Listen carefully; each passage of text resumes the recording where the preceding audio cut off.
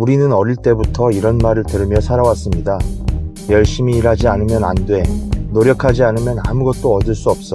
노력하지 않고 얻은 성공은 비겁한 거야. 하지만 세상에는 열심히 하지 않고 별다른 노력을 하지 않아도 다 가진 사람들이 있습니다. 반면에 누구보다 열심히 살지만 항상 제자리인 사람도 있습니다. 수백 번의 오디션을 본 후에야 배우로 데뷔하는 사람이 있는가 하면 친구 오디션에 따라갔다가 쉽게 데뷔하는 사람도 있습니다. 인생은 우리가 그동안 믿어왔던 것과는 다르게 펼쳐지는 경우가 많습니다. 열심히 사는데도 내 삶은 왜 이 모양인가? 이런 의문이 든다면 책 하마터면 열심히 살 뻔했다를 읽어보시길 바랍니다.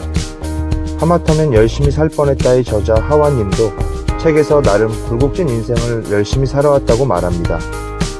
미대 입시생으로 미대 중에선 홍대가 최고이며 홍대에만 들어가면 인생이 한 방에 바뀔 것이라고 생각하며 노력한 끝에 대입 사수 만에 합격했지만 인생은 크게 달라지지 않았고 대학 학비를 벌기 위해 입시 미술학원 강사로 일하느라 학교 생활은 제대로 하지 못했습니다. 미술학원 강사로 일하면서 학생들에게 입시가 삶의 목표라고 강요하며 끊임없이 노력할 것을 요구하며 가르쳐왔던 자신의 모습을 후회하며 대학을 졸업하자마자 미술학원을 그만두었습니다.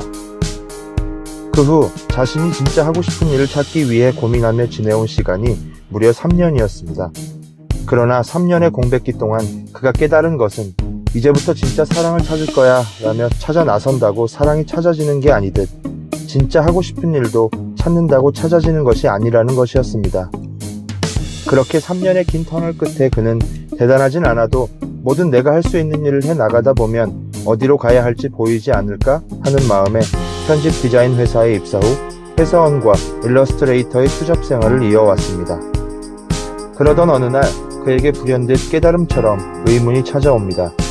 좋은 대학에 가야 하고 좋은 직장에 가야 하고 좋은 사람을 만나서 결혼하고 아이를 낳고 어느 정도 나이가 되면 보험과 저축, 적금, 집, 차가 있어야 한다라는 인생 매뉴얼은 누가 언제 만들었을까? 이 매뉴얼대로 살지 않는다면 그건 실패한 인생인 걸까?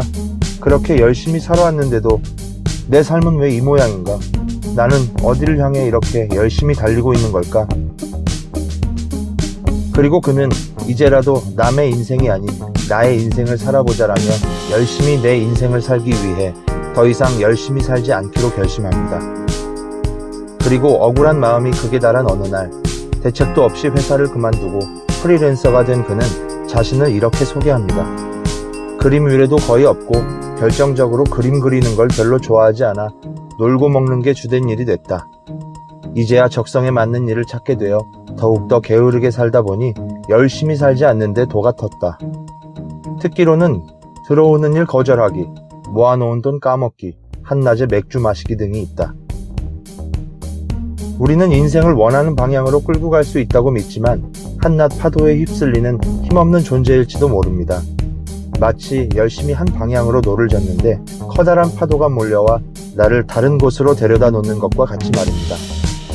지금 자신이 한 선택이 당장은 맞는 것 같아도 세월이 흘러 잘못된 결과를 낳기도 하고 잘못된 선택이라 생각했던 것이 나중에 좋은 결과로 이어지기도 합니다. 결과는 아무도 알 수 없는 것입니다. 인생을 막 살고 싶은 사람은 없습니다. 잘 살고 싶어서 필사적으로 힘을 주고 버티느라 어깨가 단단하게 뭉쳐버립니다. 힘을 빼면 넘어지고 뒤처질까봐 힘을 뺄 생각도 하지 못합니다. 누가 돈 많이 버나 대회, 누가 먼저 내 집 장만하나 대회, 누가 먼저 성공하나 대회 속에서 경쟁하며 부더니도 애를 쓰며 살아가지만 모든 일이 뜻대로 잘 풀리지는 않습니다. 각자의 삶 속에서 우리는 방전이 되어가고 있는지도 모릅니다. 인간은 뇌의 95%를 과거와 미래에 대한 생각으로 쓴다고 합니다. 과거에 대한 후회와 미래에 대한 불안으로 우리는 현재를 살지만 현재에 집중하지 못합니다. 고작 5%의 뇌로 현재를 살아가고 있으니 금방 방전될 수밖에 없습니다. 어쩌면 방전된 우리에게 정말 필요한 것은 더 하는 게 아니라 덜 하는 게 아닐까요? 걱정도 좀 덜 하고 노력도 좀 덜 하고 후회도 좀 덜 하며 살아보면 어떨까요? 열심히 살지 않기로 결심한 순간 인생이 행복해지기 시작했다라고 말하는 저자는 현명한 포기에는 용기가 필요하다고 말합니다. 실패를 인정하는 용기, 노력과 시간이 아무런 결실을 맺지 못했더라도 과감히 버릴 줄 아는 용기, 실패했음에도 새로운 것에 다시 도전할 수 있는 용기. 나만 뒤처지고 있는 건 아닐까? 누구나 한 번쯤은 이런 생각을 합니다. 아니, 솔직히 너무 자주 합니다. 남들은 모두 자리를 잡고 무언가를 찾고 이루고 앞으로 달려가는 것 같은데 나만 제자리인 것 같아 우리는 자주 불안합니다. 남들과 꼭 속도를 맞춰 살아야 하는 걸까요? 조금 뒤처지고 느리다고 한들 그게 큰일일까요? 꽃마다 피는 시기가 다르듯 사람은 각자의 속도가 있습니다. 자신의 속도를 잃어버리고 남들과 맞추려다 보면 괴로워집니다. 그래서 괴테는 이런 말을 했나 봅니다. 인생은 속도가 아니라 방향이다. 이제 남들이 어디를 얼마나 갔든 상관없이 그냥 내 길을 걸어가는 건 어떨까요? 적어도 아직 자신이 꿈꾸는 모습이 되지 못한 삶을 보면서 괴로워하지 않았으면 좋겠습니다. 꿈을 이룬다면 정말 좋겠지만 꿈꾸던 대로 되지 못했다고 인생이 끝나는 것은 아닙니다. 내가 내 인생을 사랑하지 않으면 도대체 누가 내 인생을 사랑해 줄까요? 흔히 얻는 것이 있으면 잃는 것이 있다고 합니다. 여기 성공한 사람이 있습니다. 그가 마냥 부럽겠지만 그 역시 성공을 얻기 위해 무언가를 잃어야만 했을 겁니다.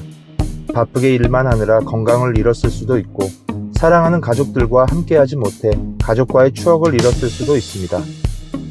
저 또한 학창시절에는 대학에 가기 위해 공부했고 대학에 와서는 안정적인 직장을 얻기 위해 공부했고 직장에 와서는 더 인정받고 빨리 승진하기 위해 노력하며 치열하게 살아왔습니다. 그러던 어느 날 심장에 무리가 왔고 병원에 입원을 하게 됩니다. 그날 병원에 가지 않았다면 죽도록 공부하고 노력만 하다가 생을 마감했을지도 모릅니다. 다행스럽게도 곧 회복을 했고 이렇게 책도 읽고 산책도 할 수 있는 삶이 감사하게 느껴지고 있습니다. 이런 저의 경험 때문인지 몰라도 하완 작가님의 하마터면 열심히 살 뻔했다라는 책이 더 와닿았는지도 모릅니다. 오늘 하루도 열심히 살아내느라 방전되어 있는 자신이 느껴진다면 뭔가 이뤄내야만 한다는 강박감과 부담감을 잠시 내려두고 하마터면 열심히 살 뻔했다를 읽어보시기를 권해드립니다. 지금까지 북카페 책연필 엉클 탐이었습니다. 감사합니다.